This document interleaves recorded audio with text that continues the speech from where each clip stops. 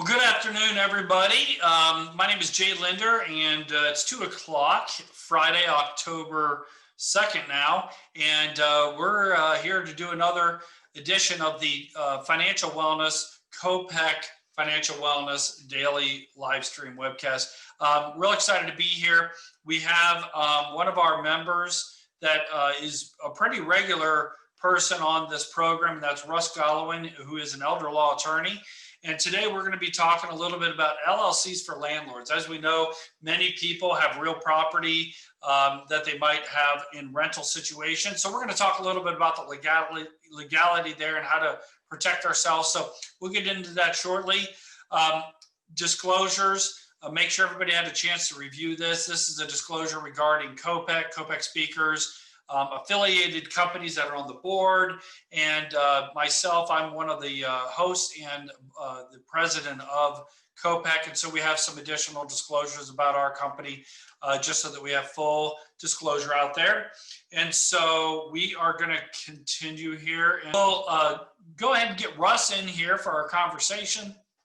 And again, Russ, we're going to be talking about LLCs for landlords. I really think this is an exciting conversation. Because I think it's one of the missed things. Everybody talks about 401ks and IRAs and all of these things, but there are a number of people that end up using money to buy a property, do various things. So can you kind of tell us a little bit about what we're talking about today? Well, yeah, Jay, when people get into being a landlord, oftentimes they just buy a property by themselves, or maybe with a friend or relative or something like that. And, of course, it's a good way to sort of start a business or start a second cash flow. But many times people just aren't aware or are intimidated by the legal documents that would be involved to hold that property in a corporation or an LLC. So today we're going to talk about why landlords might want to hold their property in an LLC, what an LLC is, and generally why this is becoming a popular thing to do. Yeah, and I love what you just said right there, that a lot of times people like to use this as a diversification tool of retirement cash flow. So let's say you downsize, let's say you get a lump sum or an inheritance, or maybe you built it up over time. Maybe you've moved, but you kept the old house. I know we even have some people that bought a property for their kids when they go to college, and then they just keep it. That's pretty common. And so I think you're absolutely right from a financial wellness diversification. Now that doesn't, you better understand all the details that go into that as opposed to any other investment, but it's a great way to diversify that risk. And especially if you're very handy yourself, you can save some of that money and do really well as far as potentially the appreciation, but also the distributions of cash flow from rents. So we're talking about the LLC, which to me says how it's being owned and protection, right? So what is an LLC? Can you go through that a little bit? Right. So an LLC is a business organization. There are all sorts of kinds: corporations, LLCs, special business holding entities for professionals. There's all sorts of different names, but an LLC is a limited liability company. They became popular, or began, I guess, in the 90s at some point, and they become more and more popular. And one of the reasons that is because they are simpler to establish and run than corporations in general. You could say there's fewer paperwork, there's fewer hoops to jump through, and you have some flexibility as far as how that LLC might be taxed. So that's attractive to people as well. But the biggest reason that LLCs can be helpful for folks, especially landlords, is, like you said, Jay, limitation of liability. And so that's right in the name, limited liability company. As an example, if I own a rental property in my name alone, that's okay. There's nothing illegal about it. In fact, even if I have an LLC, it might be taxed exactly the same as if I own it in my own name. But if I establish this limited liability company, I have the property owned by the LLC and I'm sued and I lose a judgment, let's say for $1 million. If that was a result of an accident that happened on my rental property grounds, if it's in my name alone, all my personal assets as well as that rental are exposed to that liability. However, if I have that rental in the LLC, it's like a little bubble. So if the liability was created on the grounds of my LLC, well, then only that rental property, the funds from it can be used to pay that judgment. So it protects my personal assets. And that's what the main reason, the biggest reason why landlords should consider these things. It creates a protective bubble that holds that liability in for that rental property. So obviously the liability is a big piece there. Limited personal liability is huge. Can you walk through some examples of how, like if you got sued or something like that, maybe how you can walk through this? And I know like, obviously there's liability insurance and things like that to protect as well. And so this is a multiple approach as far as limiting your liability. As far as the insurance might be internal of the bubble, right? But you still have the bubble to protect everything outside that might have their own separate liability insurances. But can you walk through a little bit of the whole point of the limited personal liability again? Well, I'll say first, something you were just kind of getting at, Jay. It's always good when you're talking about asset protection to have multiple, I'll call them multiple moats or multiple protective structures. So if you're thinking about your personal assets, that's like on the grounds in the castle, right? But what you do is you build those thick walls around the castle, then you put a moat around it, and then you make a drawbridge. And the more of those things that you can have, the more protected your assets are going to be. So when you think about it, ideally, you're not going to just have one wall, right? Because that's too easy to climb over. So when you build multiple things that are going to protect you from lawsuits or other creditors, that's really where you want to be. So in the case of a landlord, like you said, Jay, you're always going to start off with personal property and casualty insurance, homeowners or renters or insurance on that property, right? Just as you would your own house. So if it's burned down, it's covered. If there's an accident on the grounds, it might be covered or partially covered. So you're going to have that traditional insurance. Then I recommend to get an umbrella insurance policy. You can talk to your property and casualty agent about that or reach out to me. I can give you a referral, but that will cover what at least a portion of what the normal policy doesn't cover. So there's another source of funds, right? But then those umbrella policies have a limit as well. So if this lawsuit is on your property, it's above your personal property coverage, it's above the umbrella property coverage, then you have your LLC standing in the way again between you and your personal property. So with those three things, you have a great deal of protection. And so I wouldn't recommend just using one of them. You want to build up as many different obstacles as possible. Does that make sense, Jay? Yeah, absolutely.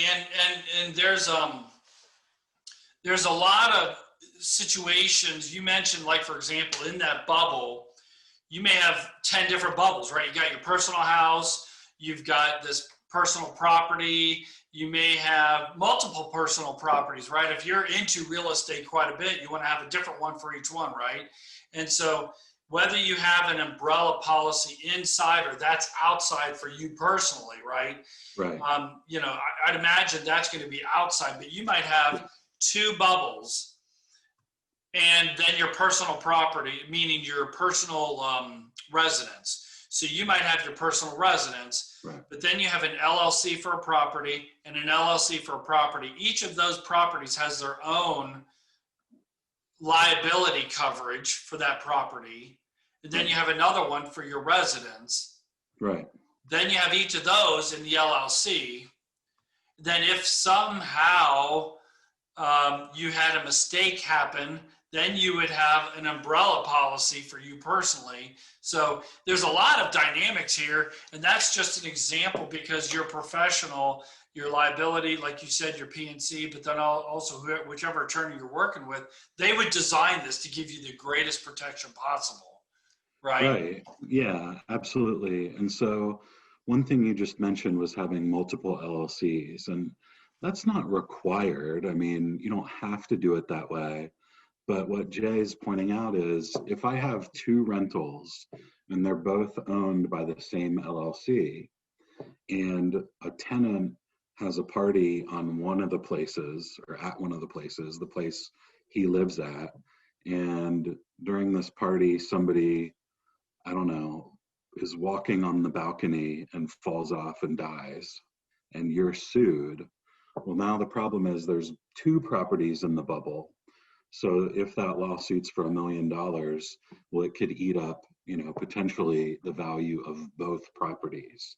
So to be extra cautious and get the maximum amount of protection, yes, it does technically make the most sense to have, two separate LLCs because you're protecting that inside liability from getting out of each individual bubble and getting to the other LLC or your own personal assets, like Jay said, your checking account, brokerage account, retirement accounts, things like that. There's a question that came through, Russ, and it's asking about, is there a limit or is there gaps that the LLC won't protect as far as the liability against other assets? Well, technically there shouldn't be, but one problem with the LLCs being so sort of, I guess, seemingly simple is that people do not kind of keep up with what they should keep up with. And this is regular people that don't know anything at all about the law, and it's attorneys also in their own personal affairs. In order to set up an LLC, you have to file paperwork with the Secretary of State, and I think the filing fee is $99. So it's not too expensive to set up, but people get lulled into a sense of complacency. They think, well, I filed for the LLC, I have my paperwork back from the Secretary of State, so I'm done and I'm fully protected. But that's, if you really think about it, that's too easy. There has to be some sort of catch to it. You have to prove that it's actually a business purpose, because the law in general just doesn't let you say, hey, I want to protect all my money, and then just let you do it without any hoops to jump through. So you need to make the appropriate filings. You need to, or you really should have an operating agreement. That's, especially if there's multiple members, an agreement between the two members on what happens if somebody dies, becomes incapacitated, wants to leave the business, all sorts of things. Even if you're just a sole owner, you still want to have something in writing that covers the most important sections of the law, and have you sign off on it and have it be notarized and things like that. And then after it's set up, you want to have either annual meetings between the members or at least paper your file if you're the sole member, as far as what different things happen during the year, so that you can show, look, this has been run like a business. We have paperwork, we've had meetings, we've kept up on everything. This is not just some big sham in order to protect money without actually doing anything. So keep an eye on that. Again, it's especially easy to forget about all that stuff when you're a sole owner, but many people, even with 2, 3, 4, 5 members, forget to do these what they call corporate formalities. So don't forget about that. If You know, you I love do, the fact that you went that direction, because I think that is a problem a lot of people forget. When you have a separate property, and we're using that as a primary example. I mean, you know, I have one that's not a property, but it's still in an LLC. They're protected. So these kind of things, you have to remember that there is IRS issues here as far as it needs to be a business. This isn't just putting in your, you know, taking money out of your bank account and putting it in an LLC and it's protected. It's got to have a purpose. So if you have a rental income, remember, that's a business. You know, you may think it's my own property and I'm this and I got renter. It is a business, and you really need to make sure that that is managed like a business, which means you have to record, you have to do all these things that you mentioned before, and you have to deal with the IRS treatments of it as a business as well, which some is positive and some is you got to do the work to get this kind of LLC protection. You can't just, like I said, put $100,000 into an LLC and just say, oh, it's protected. right. And you really should have a separate bank account in the name of that LLC. Number one, because again, it leads credence to this is a business argument. But number two, it just makes your accounting so much easier when you run any income and expenses through that separate account. Then you don't have to weed out all your personal income and personal expenditures during the year. So definitely you're going to want to consider that also. Do you want to talk a little bit about through the pass-through tax benefits and how that kind of works? And I know we're kind of and you know, we do a lot of work you know, with common projects and things like that. And one of our speakers who actually did the Financial on Us Fridays earlier today is Jill Spradlin of the CPA, and she actually did a presentation about QuickBooks and managing a business and the tax issues that go along with it. And it's amazing how these all work together, don't they? I mean, as far as the taxation, the legal liability, you know, all of these things, and the asset for net worth and management. Right. So of course, whenever you get into tax issues, you're getting into topics that can take an hour or hours to discuss. But just briefly, I think I mentioned it at the very beginning. One benefit of an LLC is you have flexibility as far as how you want to be taxed. I could be taxed just as a sole proprietor if it's a one-person LLC, and meaning there's flow through taxation. Any income for the LLC is just taxed to me as a person. So that makes it very simple. But I can also elect to be taxed as a C corporation or an S corporation. And this is where it would really be beneficial if you'd meet with a CPA, financial advisor, and attorney, ideally. And between the three of them, they can help you come out with a plan of what the best way to be taxed is. For example, an S corporation, in some cases, you might end up paying less tax overall because you're avoiding the double taxation that a C corporation might get, but you can also pay less in Medicare and Social Security tax. And so I don't think there's any way you can really decide for sure what is best without looking at your situation and your numbers. But whichever way turns out to be best, you can file that request or that election with the IRS, and you can do it any one of those three ways, which is really, really convenient for people.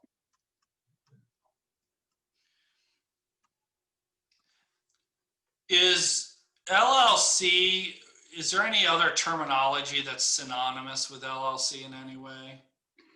Well, I mean, there are other, if I'm understanding correctly, there's other organizations like LLPs are for certain groups of professionals, and they're very, very similar.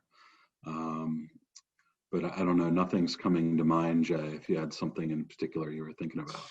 But it the term limited, right? Yeah, That might, right. so you might see a company that has LLC after it, but then some of them you might see just limited. Oh yeah, right? you're right. Like LTD, LLC. Yeah, Right. there are things like that. And, you know, that those initials are important because that's what the state wants you to kind of announce to others that, hey, there is limited liability here. It's not just all my personal assets are on the hook for any liability, which in the rental realm might not be so concerning to third parties. But, you know, if you're dealing with a group of doctors, they want it to be clear that, hey, if there's a problem, you have to look to the business assets, not also all the personal assets of the doctors that are in that partnership or in that company. So there's a lot of people there that do side jobs, right? I'm thinking somebody that might be a handyman, right? Or somebody might do daycare or whatever it is. And many of them probably just work as a sole proprietor, right?